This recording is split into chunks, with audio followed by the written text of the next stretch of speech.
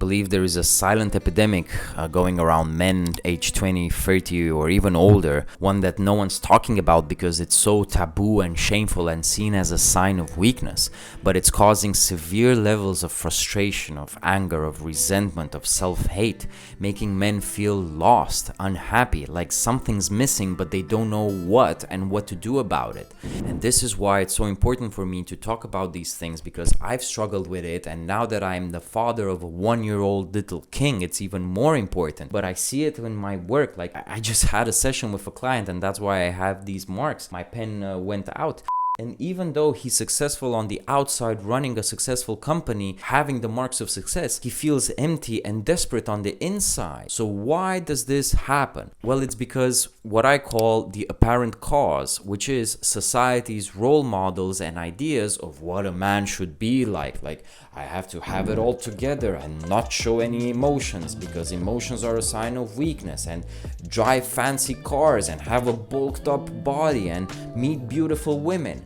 And when you look around, you either see on Instagram or YouTube all sorts of models like this showing you, telling you that this is what a successful man should be like, or you have old, outdated models that are no longer true. Like my father, he grew up in communist Romania. He didn't have to worry about finding a job, providing for his family, and dealing with the constant bombardment of sexualized content, of other men showing off their success. Right now, young men feel lost because society is giving us all the wrong signals. And then when we look at those signals, we look at those models, we start developing this feeling of inadequacy, of I'm not good enough to be as successful or as good as that person, because we constantly compare ourselves with others so that we feel good about ourselves. But that's never going to happen, okay? That's your first sign that you're doing something wrong. The second one may be that you are trying to, okay, I'm gonna crush it. I'm gonna work on my goals and get what the other person has. And that's what I did when I was a lawyer, what I thought was my career. And in 2016, I reached the top of my career at that point, working in a global law firm, thinking that that will make me feel successful on the inside,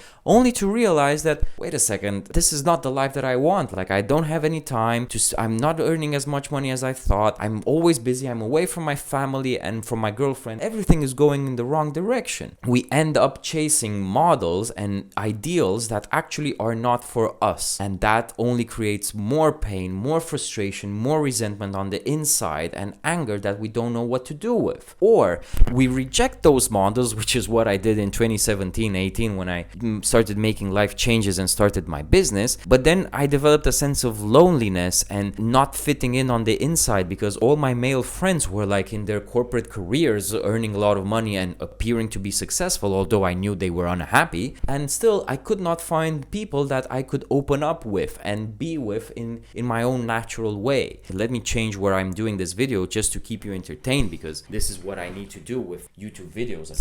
Our attention span is now very low and I need to make it engaging. Okay, so let me sit here.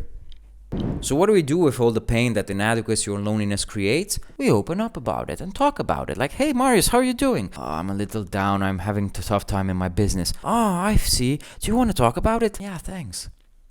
No.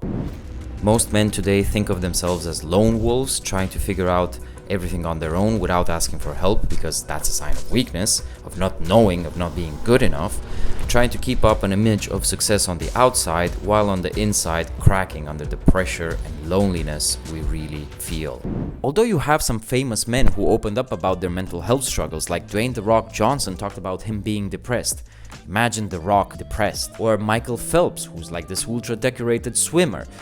You have Ryan Reynolds, you have this guy, Aaron Rodgers, that I didn't know about, who's an NFL superstar, going on Aubrey Marcus's podcast talking about his mental health struggles, and I highly recommend that episode for you. But we haven't been taught how to deal with negative emotions and see them as messengers trying to tell us like, hey, ding, ding, ding, ding, there's something wrong in your life and you should be paying attention to this, not avoid it, pretend like I'm not here. Because then, like Paul Chek says, the pain teacher will keep revisiting us in more frequently and stronger until we listen and hear what he has to say. So we can learn to alchemize that pain into an opportunity for growth, because that's how we become better. But because we don't know how to do that, what are we left with? Numbing, avoiding, distracting ourselves, because we have access to meaningless, endless content consumption, and to video games, to porn, which is a huge source of addiction for men today, to weed, to alcohol, gambling, going to the gym all the time, or working all the time trying to crush it. But we are still avoiding the real sources of this pain. And what are those? What do we need to do about it? Let me change my seat once again so I keep this video engaging, and I'll tell you about it. Yeah, I changed my mind about moving seats because the house is a little mess with a toddler, but I changed the angle, so I hope that's good for you. Anyway, I believe the real cause of this mental health crisis in men today is because we are ignoring three key things that evolution hardwired deep within us through thousands of years, and society and the lifestyle today goes completely against them. So think about it. We evolved in small bands and communities where we had to work every day and apply ourselves and serve a higher purpose than ourselves, and we had a huge community of support of male role models and friends and family that we could look up to and get support. Contrast that with today. So the first thing is that we are ignoring our physiological and physical needs, because men's bodies were made to work and to survive in a hostile environment. And for that, we need to feel good about our bodies. We need to feel confident and that we are strong and have that level of energy to deal with whatever challenge we have. And that doesn't mean going to the gym and just doing 100 biceps curl. For me, it also means being able to run 5K or to play on the floor with my toddler without having a back pain, to do animal flow yoga, martial arts, go hiking and be in nature and not be scared because, oh, it's too cold and it's raining. But instead, we are just sitting at our desks, being keyboard warriors, and then moving our asses to the couch where we can watch some Netflix before the food we ordered comes in, and until then we smoke and drink a little. The second thing that we are ignoring is the deep psychological need to feel useful, to have meaning for what we do and how we spend our time. Because again, back thousands of years, while you were out hunting, I was sharpening the knife and someone else was preparing, boots or clothing, when we all knew our place. And in today's world, when we are just pushing emails around and wasting our time trying to make money so that we can buy some sneakers and then show off to impress people we don't even like, we don't have that meaning, and we need that. And I'm not saying quit your job and start a business to change the world. You can find meaning through the hobbies that you have, through the service that you give. Maybe you are in community, maybe you are a teacher, a trainer, maybe you are building something on the side. You have to look for something that speaks to you, to your natural curiosities, passions, talents, and let yourself be guided by that. And in the next video that I will make about this subject, I will show you how to discover that. So subscribe to the channel if you are interested in that. But the point is, we need to find a way to contribute to the world in a way that's bigger to ourselves. And finally, the third thing is that we are missing this social support system of brotherhood, of male friends that we can look up to and learn.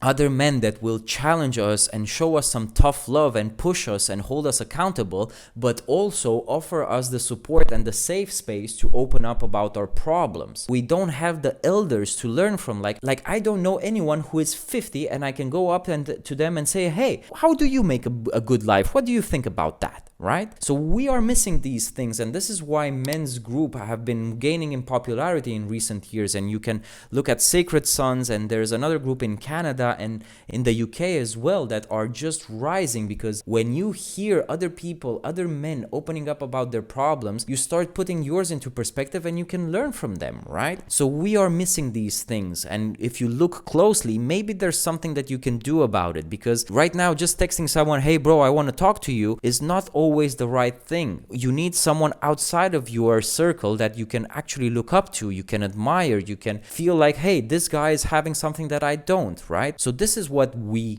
need, and it took me a long time to figure this stuff out and really find ways to implement it in my life. And it's not always easy, but I can tell you that it's much better than just, playing the comparison game or going after society's role models, right? So in the next video, I will talk about ways to develop these these things and develop self-awareness, how to process emotions for men, and how to find meaning and brotherhood and the physical fitness that fits for you, because you are very different from me, but at the same time we have these common needs that we can look into. So this is it for the video. I hope this was helpful. Some resources for you if you're interested. So for example, I look up to Paul Chek, who has a great podcast and a great book, How to Eat and Be Healthy, I think. David Deida, The Way of Superior Men, which I highly recommend, especially to also learn about relationships with women and the masculine-feminine polarity. Ben Greenfield, Aubrey Marcus, and there are some other people as well that I'll mention in other videos, but look up to these people and see what they're talking about and see what maybe you can learn from them, okay? By the way, my name is Marius. I'm a professional life coach that helps people unblock their subconscious mind so that we really create the life that we want. And I just want to make videos that I wish existed when I was going through my troubles and problems. So I hope this video is helpful to you, and if you enjoy this kind of content, please like it or send it to a friend who's maybe in need, because if you're not struggling, maybe there's someone in your friend's circle, or maybe there's someone at work who's maybe a little down, and maybe he needs to hear these things so that we can all make our lives a little better. So thanks a lot for watching, and now ask yourself, how can you go out and really use your body? What can you do that will bring you meaning in your life? How can you connect with men that you can learn something from? Do these things, and I hope, in all honesty, that you will not suffer and be a good man in your way.